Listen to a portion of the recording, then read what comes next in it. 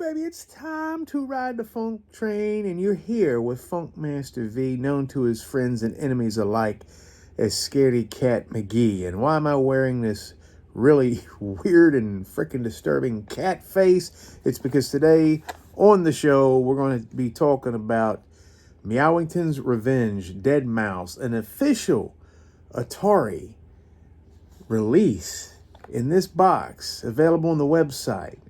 This is a strange game, and the more you look into it, the stranger it gets. Kind of like this mask. I don't kink shame, man, but if you go out of the house as an adult with this thing on and you're not a girl, that's scary as hell. Since the beginning of time, there's only been one website with the Bobalons to claim every game reviewed when it came to the Pro System, and that's Atari7800forever.com. But now it's time to get on that YouTube trip, babies. And who am I? I'm Funk Master V, musician, ghost hunter, hat flipper, pro wrestler, comedian, actor, filmmaker, and I'm going to take you on a whirlwind tour of all things cool about Atari and the Atari 7800 with a podcast, news, even new crap. Baby, are you ready to get your groove on? Because it's about to get funky up in here. Let's talk about all of the weird attributes of this game being released by Atari at this point in time that I could think of, just pulling things out of my ear. Deadmau5 is a 44-year-old DJ, a musical dude. You know, I'm a rock and roller. I was in a funk band. I'm a blues guy. I'm a rock and hip-hop dude. I used to get paid to play bass and sing for bands, and I used to tour all over the South and the Midwest. I've always had some sort of ire against DJs because, you know, and again, I know this is denigrating them a little bit, but, you know, they're up there with a keyboard and a computer. I had to learn how to play an instrument, so I've got some animosity towards these guys anyway, but you can't, even if you're an old man like me, you can't deny the fact that DJs are huge. In fact, they're bigger than bands now. That kind of is what sticks in my craw, but it's true. I saw Deadmau5 for the first time on Fortnite years ago, and there's other DJs like Marshmello that actually get on the game Fortnite. I can understand Deadmau5, a 44-year-old guy, being on Fortnite. I don't understand him being a 44-year-old man on a system that's 41 years old. There's no way he has any sort of love for Atari. If he does, it's probably ironic. And if it's not, then that's pretty cool, and I'm not going to gatekeep Deadmau5. But this, you know, the system is full of strange and weird, quirky games, and that's why I like it. And this exactly is a weird and quirky game. However, they're normally not Atari 7800 or Atari releases. This is an Atari 7800 Plus game, which means you can play it on the 2600 Plus and 7800 Plus. And he had an event back earlier in the month where you could go and buy this game. And apparently it didn't sell too great because people who are fans of this hip-ish DJ are probably not hip on Atari. So what is this title? It is a graphical hack made by this guy named Carrie. You may know Carrie from Falling Leaves, but this is a graphical hack by Carrie of Food Fight, and it's an Atari release.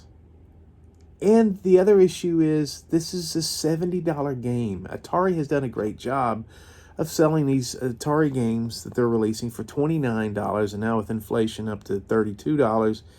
But this is $70. Are you a fan of Deadmau5 as an Atari knucklehead? What is the crossover? This is the strangest crossover since Al Lewis, Midnight Mutants. This is an odd crossover. So is it any good? Let's go over some of the issues with this game, and we're going to score it and give some final thoughts here after we go past the jive. It's just a graphical update of Food Fight is all it is.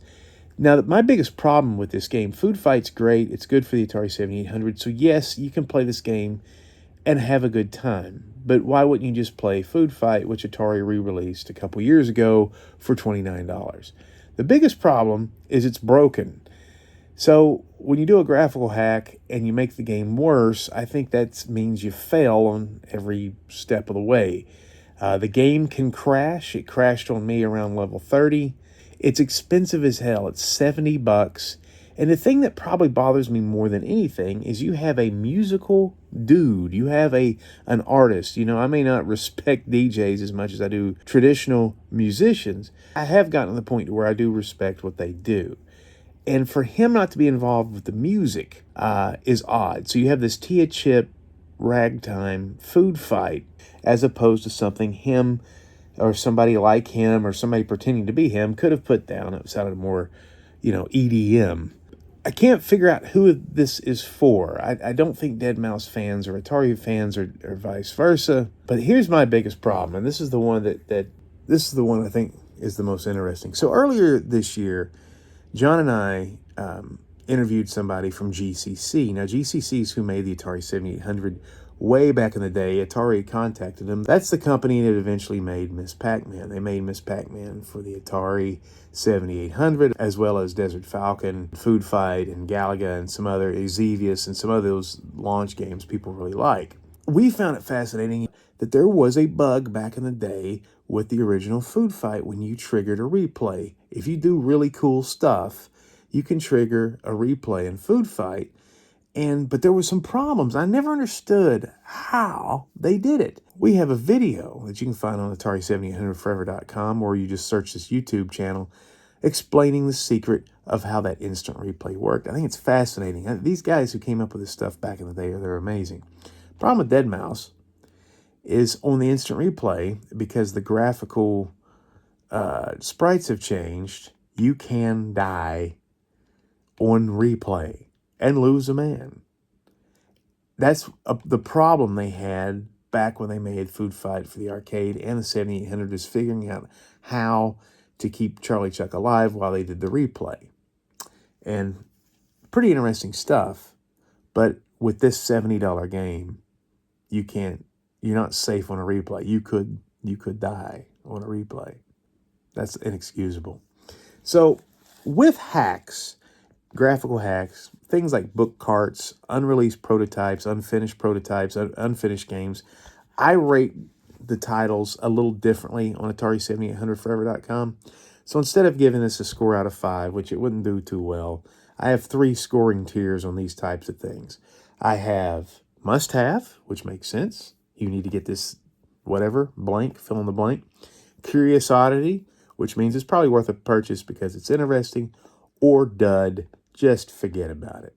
And I'm leaning really hard, and I'm going to give this game a dud. They didn't improve it in any way, and they made the game twice as expensive. The only positive I can say is that this is a cool-looking box. No ill will to Deadmau5. Hopefully one day they'll make a really good game for Deadmau5 on the 7800. I doubt it.